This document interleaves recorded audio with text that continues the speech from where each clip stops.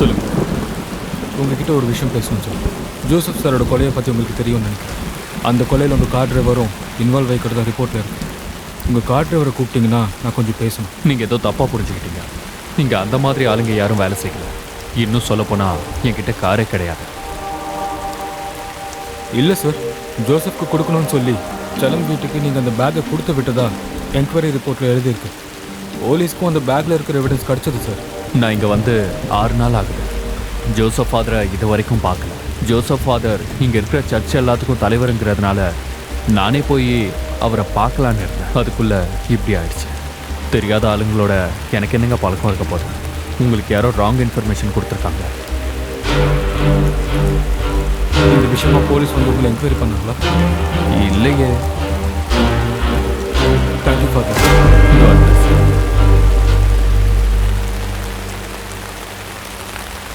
சலம் போனதுக்கு அப்புறம் தான் பேக் கொடுத்தாங்க.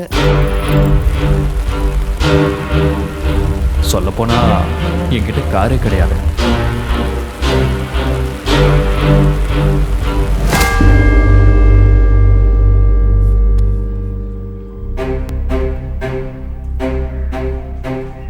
ஹலோ மேரி மேடம், நான் சலன் தரப்பு லாயர் பேசுகிறேன். இந்த சமயத்தில் உங்களை டிஸ்டர்ப் பண்ணதுக்கு என்ன மன்னிச்சிருங்க. ஆனால் நீங்கள் கொடுக்குற ஸ்டேட்மெண்ட் சலத்துக்கும் அவங்க குடும்பத்துக்கும் ரொம்ப யூஸ்ஃபுல்லாக இருக்கும். சலம் உங்கள் அப்பா கிட்ட எவ்வளோ நம்பிக்கையாக வேலை பார்த்தாரோ, சலம் கிட்ட இருக்கிற அந்த ஸ்பேர்க்கு உங்கள் அப்பா அவருக்கு எதுக்காக கொடுத்தாரோ அது எல்லாத்தையும் வாய்ஸ் நோட்டில் அமிச்சா நல்லா இருக்கும்னு தோணுது. இந்த ஹெல்ப் எங்களுக்கு ரொம்ப யூஸ்ஃபுல்லாக இருக்கும் மேடம். புரிஞ்சுக்கிட்டு அனுப்புவீங்கன்னு நினைக்கிறேன் madam. Thank you Mary madam.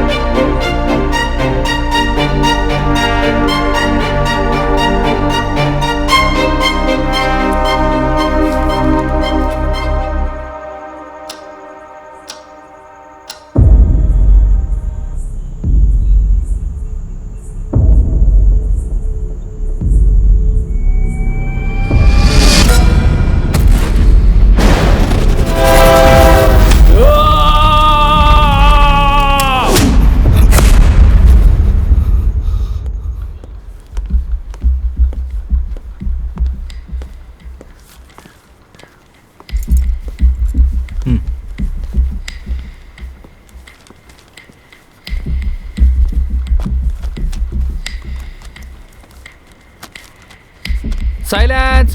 Judge ஐயா வராரு.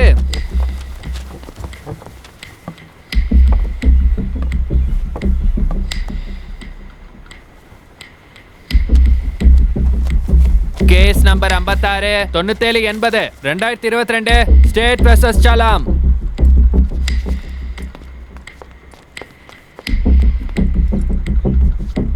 You can proceed. Your Honor, 16ஆம் தேதி ஆண்ட்ரூ ஜோசப் கொலை செய்யப்பட்ட கேஸில் போலீஸ் சந்தேகத்தின்படி முக்கிய குற்றவாளியாக சலமுங்கிற நபரை அரெஸ்ட் பண்ணாங்க. அந்த சந்தேகம் 100க்கு 100 உண்மைன்னு இந்த ஃபோரன்சிக் ரிப்போர்ட் சொல்லுது. Your honour. சொல்றாங்கய்யா, என் தம்பி மேல இவங்க வேணும்னே பழி சுமத்துறாங்க. Silence, silence. போன ஹியரிங்ல கூட இவங்க இதே மாதிரி பேசும்போது நடுவுல வந்து டிஸ்டர்ப் பண்ணாங்க. மறுபடியும் இந்த சிச்சுவேஷன் வராம இருக்க ஒரு டிசிப்ளினரி ஆக்ஷன் எடுக்கணுங்கிறது தான் என்னோட கோரிக்கை.